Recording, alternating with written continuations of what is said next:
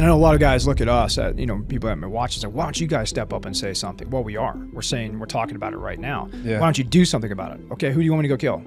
Point it out. Yeah. Look what's happening in the Muslim brotherhoods, and not to point out a religion, but look at the police that they're using now with the Muslim community police in Chicago and New York and everything else. Yeah. They're actually policing correctly. People can hate it all they want, but that's what you do with your community. The problem is it's not the way it should be working in this country. It's concentric rings of security as what we teach. And, a lot of people think like a home defense is like, I got my gun by my nightstand. I'm like, okay, why would you? So you're saying you would shoot somebody if they ever broke into your house and try to hurt you? Absolutely. And my next question is, why would you want to shoot your own gun inside your own house? Yeah. And they go, what do you mean? I'm like, what if you didn't have to do that at all? So be a hard target. What are your concentric rings of security into your house? They go all the way into your yard, sensors, lights, all that stuff, and taking care of yourself and being a harder target. That's exactly how a PSD team or a Secret Service team works around a principle or a package. Is like, those are concentric rings. And the things you don't see, right, those are going away in America. And so now it's just like, well, the government's got to take over. They'll help me out. And if somebody breaks my house, I'll just call 911. Well, just don't forget, you certainly have that privilege and that right to feel and act that way. But when seconds count, cops are only minutes away. Yeah. And every good cop's going to tell you, man, like 99 times out of 100, when we show up on a call, our job's to try to figure out what the hell happened, put the pieces together, investigate. Maybe 1% of the time we'll catch a bad guy in the act. So they all will tell you, good cops will tell you that. Yeah. So yeah, it's time for us to start making things happen. And that's hard right now in this transition. And I know a lot of guys look at us, at people that have been watching, say, why don't you guys step up and say something? Well, we are. We're talking about it right now. Yeah. Why don't you do something about it? Okay, who do you want me to go kill? Point it out. Yeah. Show it to me. Yeah. But you can't do that. Yeah. So sometimes worst case scenario has to happen to wake people up. And that's going back to the unfortunate side of what you're saying. It's like if you compared it to speeding. Well, what if we just took away all traffic laws, all lights, all speed limits? What would happen? You'd have probably hundreds of thousands or millions of people die instantly, but guess what would happen right after that first month? People would all of a sudden become better drivers. They become more situationally and spatially aware before they pull out into an intersection or speed doing 100 miles per hour down the road. You're always going to have the asshole that does 150 miles per hour, so you still have to police. But that's the problem, is police is no longer a polisi, like the Greek word from the community. It's not that anymore. You are selected out of your community to police it. Yeah. Look what's happening in the Muslim brotherhoods, and not to point out a religion, but look at the police that they're using now with the Muslim community police in Chicago and New York and everything else. Yeah. They're actually policing correctly. People can hate it all they want, but that's what you do with your community. The problem is it's not the way it should be working in this country, right? Because we have a constitution, not Sharia law. Yeah. It's just like the nationalization of Christianity. It's just as dangerous as extremist Islam or extreme Catholicism or Judaism or anything else coming in. So it's all dangerous if you start to mix that stuff, which is why I think we should always have that separation. Yeah. The separation of church and state, I think, is important. It's like I saw somebody talking about like the government, somebody in Texas was trying to force them to put the 10 Commandments up on the wall or something like that. And it's like, well, what if somebody was like, I want to put whatever the principles of Islam were on the wall? Yeah, it's like, that's not fair. It's not. It's not that I'm not a God-fearing man. It's like, no, right. There has to be a specific way in order for us to live and believe. Yeah, exactly. It's like you have to have some sort of a divorced relationship between religions and educational systems or governmental institutions. And if it's a government school, it's like a public school, public institution, then you got to have that separation there, because ultimately the kids are supposed to be learning, without all of these other like extraneous factors influencing their decision making, which unfortunately we've seen a lot of that with colleges and schools, public schools a lot, especially because there's a lot of folks out there that have been trying to influence young minds to believe one way or another, which I think both ways is not good. You should just be like, here's the information. You as a sovereign, independent thinking human being can make your own decision. I'm just going to present it to you. I'm not going to tell you how to think about it. I think that's super valuable and it's missing.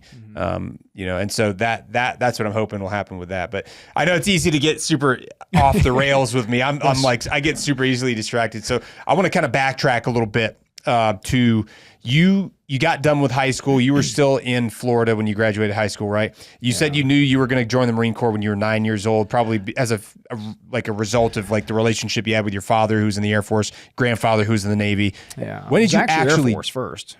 Was I want to be a pilot. You wanted to be a pilot first? Yeah, I grew up flying. My brother and I both grew up flying with my dad.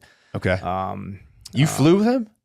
Not when he was a private pilot. When he was out of the Air Force, he immediately started flying, and he flew until he couldn't fly. What kind of planes? Everything from Cessnas, Ronica Champs, Air Coops, RV4s, RV6s is what I grew up in. So okay. And then to a point where we could solo when we were 16 years old. So that's cool. Then of course, I was at my brother's 5 years older than me. He just retired out of the Marine Corps as a colonel. Just retired? Yeah, last year, 33 years. God bless him.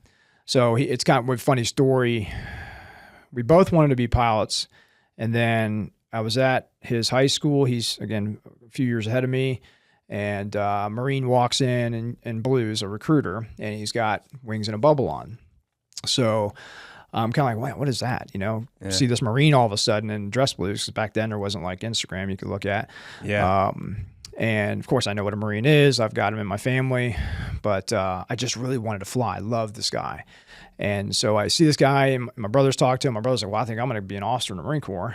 And I said, you should do the same thing. And I'm like, you know what? I don't care about that side, but I care about whatever that is. Like, I was really intrigued. So I asked him, and he told me what those were: the naval parachutist wings and the scuba bubble, and the iconic, symbol of the Force Recon Marine. I'm like, all right, that whatever that is awesome. So I started researching encyclopedias or all the old stuff, the diaries and the books. I go to the bookstores and read the Force Recon diaries and all the stuff that was out back then. Yeah. And it just turned a fire on inside of me, man. So I think that was probably around 13 years old is when I was diehard Force Recon Marine until I graduated high school. Yeah. Big athlete. I was already a jack of all trades, I guess, like, recon jacks. Yeah. And I think I lettered in 7 sports my senior year just to see if I could do it. State champion in hurdles and on track, state champion weightlifter, state champion football team, got a full ride scholarship to a big university in Florida to play as a defensive end. Probably one of the best coaches, Steve Spurrier, and turned it down to earn the title. Turned it down to earn the title. Mm-hmm. That's a pretty big decision. Yeah. Not for me, it wasn't. It was pretty easy to make. That's just not my path. And my brother, he went Valdosta State University, became a big football hero. And his OSO recruiter started screwing him around. I'm already in boot camp at this point. I'm thinking I'm in boot camp. I think he's going to OCS, but turns out he was getting pushed back like 4 or 5 times. Really? So I graduate, honor grad, high shooter, which is, I'm setting the story here. Yeah. I'm at my graduation. My brother walks out. I'm like, what the hell are you doing here, man? Yeah. And he's like, I'm joining the Marines. I'm like, no shit, but what are you doing here? He's like, I'm enlisting. And I'm like, what the hell happened to and now my DI is standing right here. And he's looking over and he's like, oh, you're coming to Paris Island? And he's like, yes, I am, Staff Sergeant. And he's like, okay. He goes, and you see him kind of look down at his clock or his watch, and he looks over at me. He's like, when are you going to be here? He's like, I'll be here in less than 3 weeks. And my recruiter's like, well, that's awesome. Maybe I'll see you around.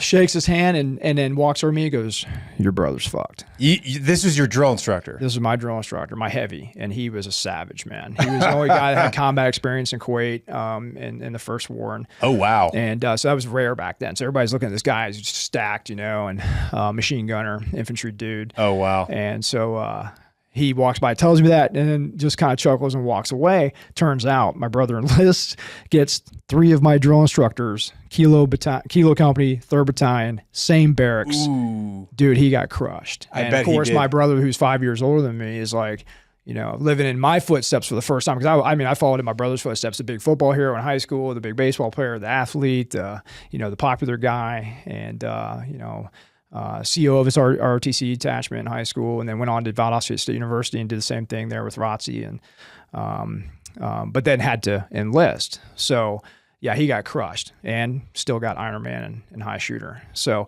he graduates, really? Yeah, and he wanted to be an infantry officer. They sent him to 8th and I. He gets a Yankee White.